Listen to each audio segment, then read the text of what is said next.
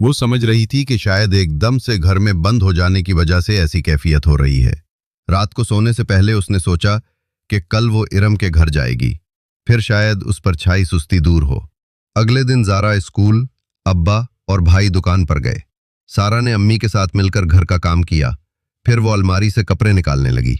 उसने सोचा नहाकर कपड़े पहन ले, फिर इरम से मिलने जाएगी। वो कपड़े लेकर तेजी से पलटी तो उसे जोर का चक्कर आया। वो एकदम बेड पर बैठ गई और दिल तेजी से धड़कने लगा। आंखों के सामने अंधेरा छाने लगा तो वो बेड पर सीधी लेट गई और लंबी सांसें भरने लगी। अचानक हलीमा बेगम कमरे में दाखिल हुई। सारा वैसे ही लेटी रही। हलीमा बेगम तेजी से उसकी तरफ बढ़ी। ये तूने क्या? अम्मी ने उसे बाजू से पकड़कर खींचा। सारा बमुश्किल उठकर बैठी। क्या हुआ अम्मी? वो नासमझी से बोली। मनहूस तो मुझसे पूछ रही है कि क्या हुआ। उन्होंने उसे खींचकर खड़ा किया। सारा उन्हें देखने लगी। हलीमा ने उसके बेडोल सरापे को गौर से देखा। उनकी तजुर्बाकार नजरों ने वो बात देख ली जिससे सारा भी अनजान थी। बदबख्त, बता किसके साथ मुंह काला किया है तूने? अम्मी ने उसे खींचकर थप्पड़ मारा। वो 2 कदम पीछे हटी। मुंह पर हाथ रखे वो आंखें फाड़े मां को देख रही थी। अम्मी, मैंने कुछ नहीं किया। वो झूठ बोलते हुए हिकला रही थी। बदबख्त, बना शौहर के मां बनने वाली है तो सुन, तूने अब भी कहा कि तूने मुंह काला नहीं किया। उन्होंने सारा को धक्का दिया। वो बेड पर गिरी। हलीमा बेगम ने उसे पैट डाला, पर वो बिल्कुल बुत बनी बैठी थी। वो मां बनने वाली थी, बस यही जुमला उसके जहन में गूंज रहा था। इतनी मार खाने से उसके होंठ से खून बहने लगा। हलीमा बेगम उसे मार मार कर थक गईं तो जमीन पर बैठकर सर पर हाथ रखकर जोर जोर से रोने लगी। फिर सर उठाकर सारा को देखा। बोल बेगैरत, कौन था वो? मां के पूछने पर वो रोबोट की तरह सब बताती चली गई। उसकी बात खत्म हुई तो अम्मी ने फिर उसे मारा। साथ रोती रहीं, साथ उसे कोसती रहीं। फिर उसका मुंह जोर से पकड़कर ऊपर किया। किसी को खबर ना हो इस बेगैरती की, समझी?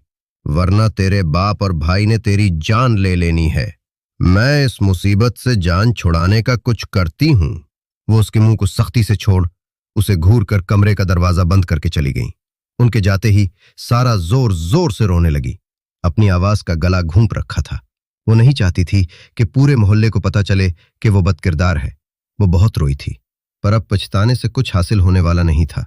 हलीमा बेगम को सारा की तबीयत देखकर पहले दिन से ही शक हो गया था, पर उन्होंने खुद को झुठला दिया। भला उनकी बेटी इस हद तक कैसे गिर सकती थी? पिछले कुछ दिनों से वो सारा को देख रही थी।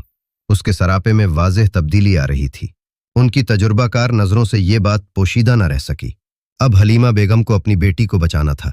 उस बच्चे से उसकी जान छुड़ानी थी।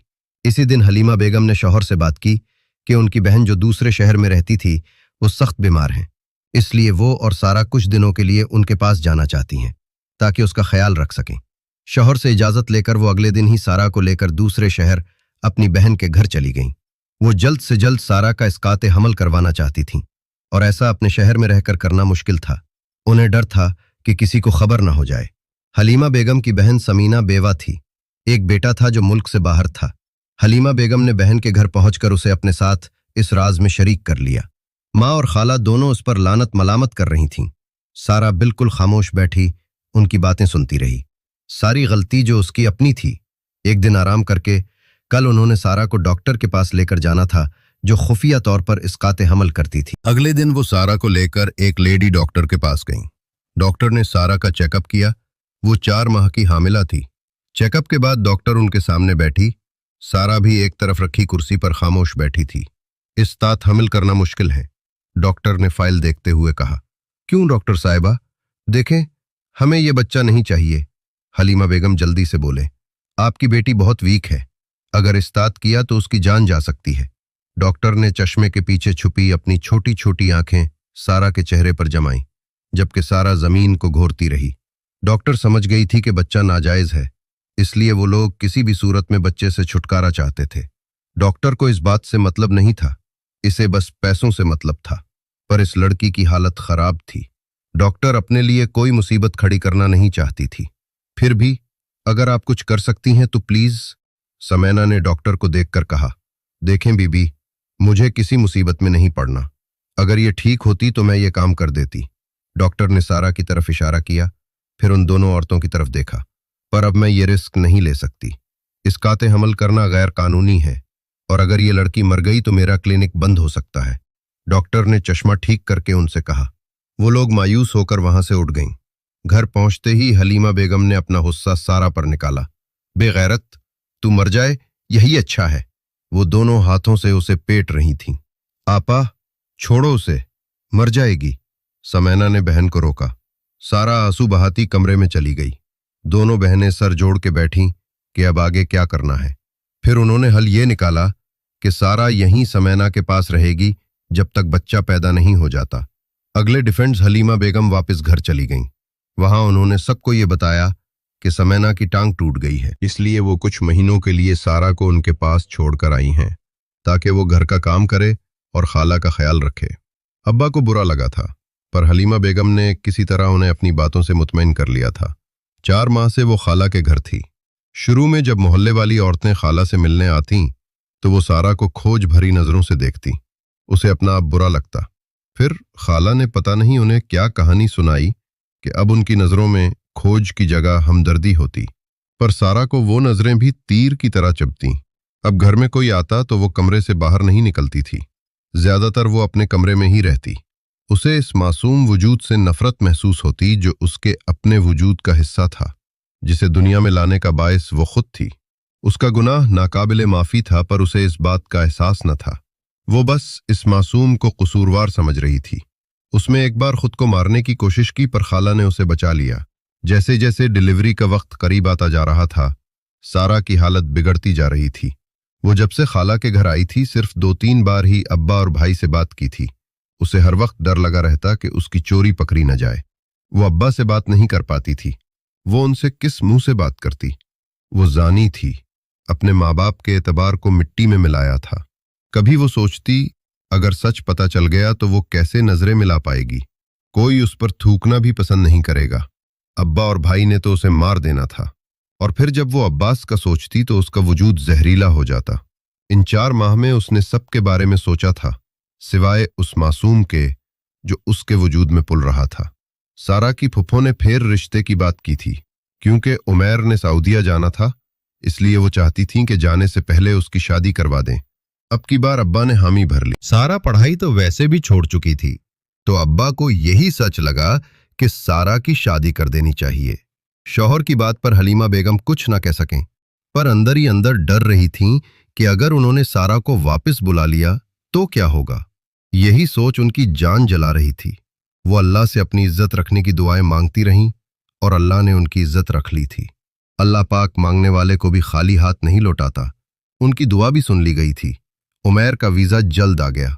उसे कुछ दिनों में ही सऊदीया जाना था, इसलिए शादी उसके वापस आने तक टाल दी गई। हलीमा बेगम ने अल्लाह का शुक्र अदा किया था। सारा की तबीयत दिन ब दिन बिगड़ती जा रही थी। खाला अकेली उसे संभाल नहीं पा रही थीं। सारा की डिलीवरी के दिन भी करीब आते जा रहे थे। समैना ने हलीमा बेगम को फ़ोन करके कहा था कि अब वो यहाँ आ जाएं। 2 दिनों तक हलीमा बेगम किसी तरह बहाना करके वहाँ पहुँच गई थीं। सारा ने माँ को इतने अरसे बाद देखा तो बहुत रोई, उनसे माफ़ी मांगती रही। हलीमा बेगम ने भी उसे सीने से लगा लिया था। आखिर सारा उनकी औलाद थी, वो कुछ भी कर लेती, पर माँ उसे छोड़ नहीं सकती थी। दोनों बहनें सर जोड़े बातें कर रही थीं। वो बच्चे को ठिकाने लगाने का प्लान बना रही थीं। सारा मामला तय करके उन दोनों ने लंबी सांस खींची थी कि एकदम से सारा के चीखने की आवाज़ आई। वो दोनों उसके कमरे की तरफ भागी थीं। सारा बेड पर लेटी बेताब मछली की तरह दर्द से तड़प रही थी। उन दोनों के हाथ पैर फूल गए। समैना बाहर की तरफ भागी। शाम का वक्त था। उसने मोहल्ले के एक लड़के को टैक्सी लाने का कहा। कुछ देर बाद टैक्सी आ गई तो दोनों ने किसी तरह सारा को चादर ओढ़ाकर टैक्सी में बिठाया और एक सरकारी अस्पताल ले आईं। सारा को इमरजेंसी में ले जाया गया। उसने एक खूबसूरत से बेटे को जन्म दिया था। हलीमा बेगम ने बच्चे को वहां से उठाया और समैना को पकड़ा दिया। फिर इशारे से कुछ कहा तो वो बच्चे को लेकर चली गईं। जब सारा को होश आया तो वो खामोशी से छत को घोरती रही। हलीमा बेगम उसके करीब आईं और आहिस्ता आवाज में बोली, बच्चा पैदा होते ही मर गया। उनकी बात पर सारा ने उन्हें देखा।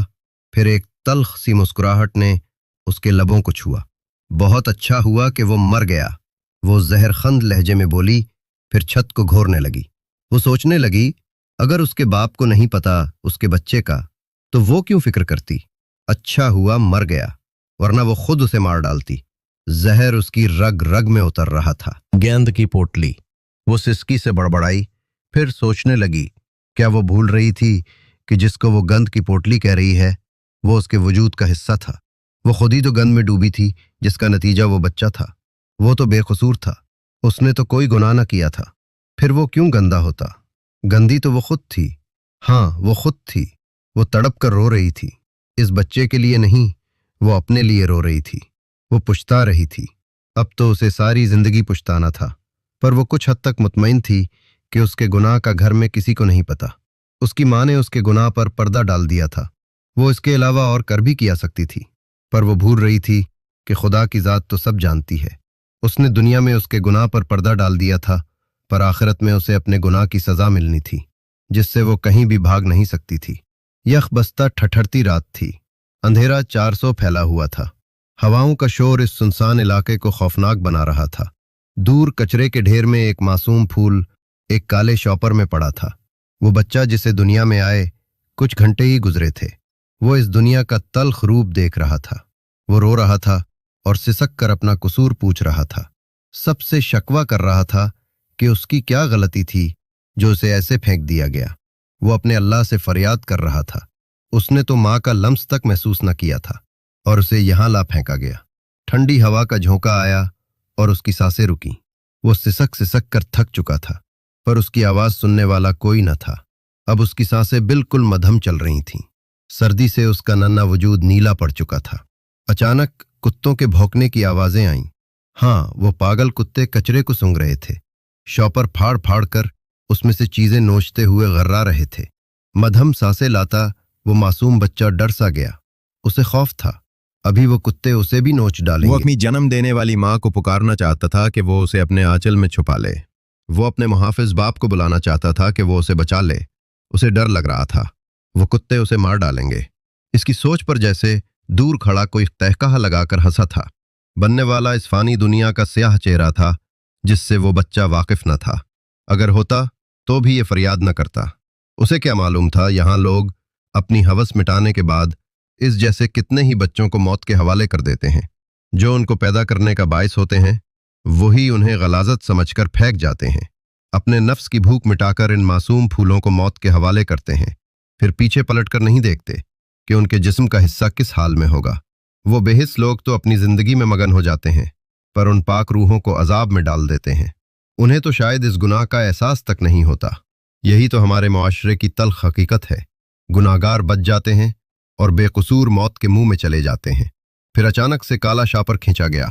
بچے کی مدھم ہوتی دھڑکن تیز ہوئی۔ وہ ابھی تو دنیا میں آیا تھا، وہ مرنا نہیں چاہتا تھا۔ کتوں کے بھونکنے کی آواز تیز ہونے لگی۔ انہوں نے بچے کو شاپر سے باہر نکال پھینکا، دانتوں سے اسے نوچنے لگے۔ وہ بچہ تڑپ رہا تھا، اس کی سسکیاں ابھرنے لگیں، اس کا وجود ٹھنڈ کی وجہ سے اکڑ چکا تھا۔ وہ ننھا وجود خون سے لت پت ہو چکا تھا۔ کتے اسے اپنی طرف گھسیٹ رہے تھے۔ بچے کی سانسیں تھمنے لگیں، زندگی کی ڈور ٹوٹ چکی تھی، سسکیاں تھم چکی تھیں، وجود برف کی طرح ٹھنڈا پڑا تھا۔ وہ پھول کھلنے سے پہلے ہی مرجھا گیا تھا۔ رات کے سناٹے میں جیسے موت کی خوشبو پھیل چکی تھی۔ ہواؤں کا شور اور تیز ہوا تھا، جیسے ہواؤں سے وہ منظر برداشت نہ ہو رہا تھا، پر پھر کچھ دیر بعد وہ شور بھی تھم گیا۔ ہوا بھی کب تک ماتم کرتی، آخر تھک کر خاموش ہو گئی، بالکل ویسے ہی جیسے وہ بچہ خاموش ہو گیا تھا۔